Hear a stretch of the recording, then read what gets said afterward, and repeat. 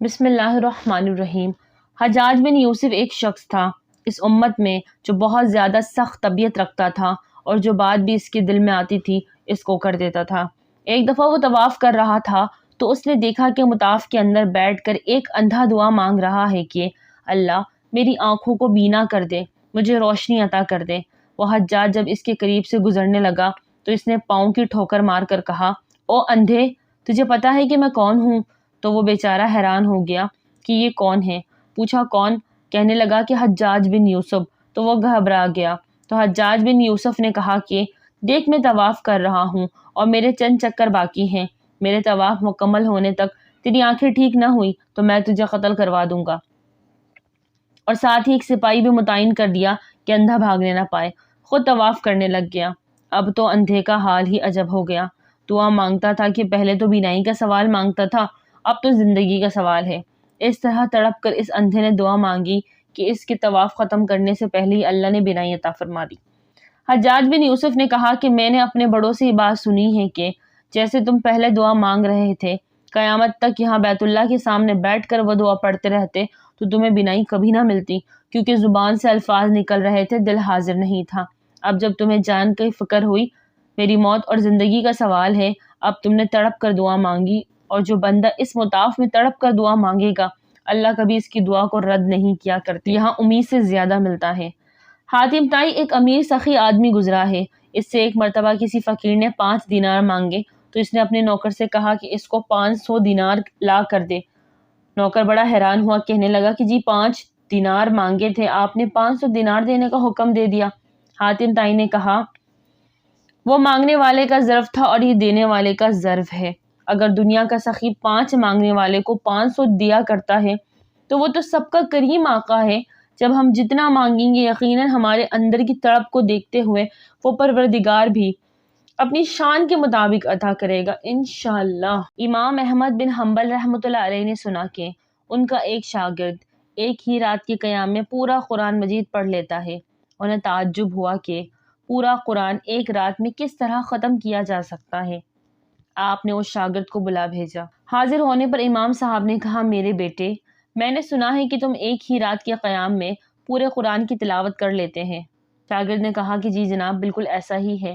امام نے شاگرد سے کہا، بیٹے، اگر آج رات کو بھی تم قیام کرو تو قرآن پاک کو ایسے پڑھنا جیسے تم مجھے سنا رہا ہو۔ شاگرد نے کہا، حاضر میرے استاد محترم، میں نے سن لیا اور میں اطاعت کروں گا۔ شاگرد چلا گیا اور اس نے رات کو اپنا قیام شروع کیا۔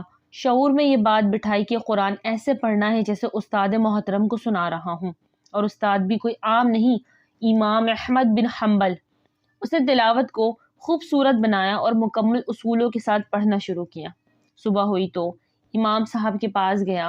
امام صاحب نے بھی دیکھتے ہی پوچھا، تو کتنا قرآن مجید تم نے رات بھر میں تلاوت کیا؟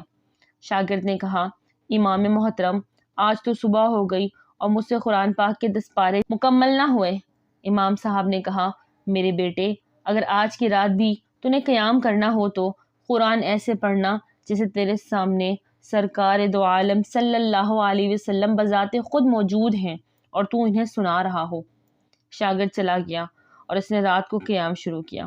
شعور میں یہ بات بٹھائی کہ وہ تلاوت آپ صلی اللہ علیہ وسلم کے سامنے کر رہا ہے اور آپ صلی اللہ علیہ وسلم سن رہے ہیں۔ اس نے آج کی تلاوت اپنی دانست میں پورے احترام اور آداب دربار رسالت صلی اللہ علیہ وسلم کو ملحوظ رکھ کے کی۔ صبح ہوئی تو پھر امام صاحب کی خدمت میں حاضر ہو گیا۔ امام صاحب نے دیکھتے ہی پوچھا، تو کل رات تو نے اپنے قیام میں کتنی تلاوت کی؟ شاگرد نے کہا، استاد محترم، صبح ہو گئی مگر مجھ سے قرآن کا بس ایک ہی پارا، اما پارا پورا ہو پایا۔ امام صاحب نے کہا، اے میرے بیٹے، اگر آج کی رات بھی تو قیام کرنا تو قرآن ایسے پڑھنا جیسے اللہ تبارک و تعالیٰ کی بارگاہ میں کھڑے ہو کر پڑھ رہا ہو۔ شاگرد چلا گیا اور رات کو اس نے اپنے شعور میں یہ بات بٹھائی کہ آج وہ قرآن اللہ سبحانہ و تعالیٰ کی بارگاہ میں حاضر ہو کر پڑھ رہا ہے۔ تلاوت تو اس نے اچھی طرح شروع کی مگر ہیبت اور خشیت سے رو رو کے برا حال ہو گیا۔ صبح کو امام صاحب کی خدمت میں حاضر ہوا تو آپ نے پوچھا، تو پھر کل رات تو نے کتنا قرآن مجید پڑھا؟ شاگرد نے کہا، استاد محترم، فجر ہو گئی مگر مجھ سے صرف ایک سورت الفاتحہ بھی پوری طرح نہ پڑھی جا سکی۔ جب فجر کی نماز ختم ہو گئی تو حضرت خواجہ حسن بصری رحمۃ اللہ علیہ مسجد سے باہر نکلے۔ دروازے پر ایک شخص ملا اور حضرت خواجہ صاحب سے سوال کیا، کیا جماعت ختم ہو گئی؟ خواجہ صاحب نے فرمایا ہاں۔ اس شخص نے کہا ہائے افسوس، اور مسجد کے دروازے پر ٹھنڈا سانس لے کر بیٹھ گیا۔ آپ نے اس شخص کی کیفیت کو بھانپ لیا، اس کے پاس آئے اور فرمایا، لگتا ہے تمہیں جماعت کے فوت ہو جانے کا بہت صدمہ ہوا ہے۔ اس نے کہا جی ہاں، آپ تو جانتے ہی ہیں کہ جماعت کا ثواب اکیلے نماز کی نسبت 27 گنا زیادہ ہے۔ افسوس ہے کہ آج صبح میری غفلت کی وجہ سے میں اس ثواب سے محروم ہو گیا۔ خواجہ صاحب نے فرمایا، مجھ سے معاملہ کرو، میں اپنا ثواب تمہیں بخشتا ہوں، تم اپنی یہ آہ جو تمہارے دل سے برآمد ہوئی ہے مجھے دے دو۔ اس نے کہا ٹھیک ہے، مجھے یہ سودا منظور ہے۔ یہ کہہ کر وہ شخص مسجد میں نماز پڑھنے چلا گیا۔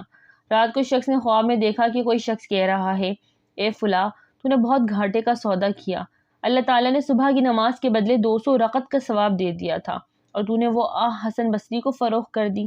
صبح اٹھ کر وہ شخص بھاگا حضرت حسن بصری کی خدمت میں حاضر ہوا اور ان سے عرض کیا، میں اپنا سودا واپس لینا چاہتا ہوں۔ جناب خواجہ حسن بصری رحمۃ اللہ علیہ نے فرمایا، حضرت اب سودا واپس نہیں ہو سکتا، اس لیے کہ جو اطلاع تجھے ملی ہے وہ مجھے بھی مل چکی ہے۔ ناظرین، ویڈیو اچھی لگے تو لائک کریں، چینل کو سبسکرائب کریں اور دعا میں یاد رکھیں۔ السلام علیکم۔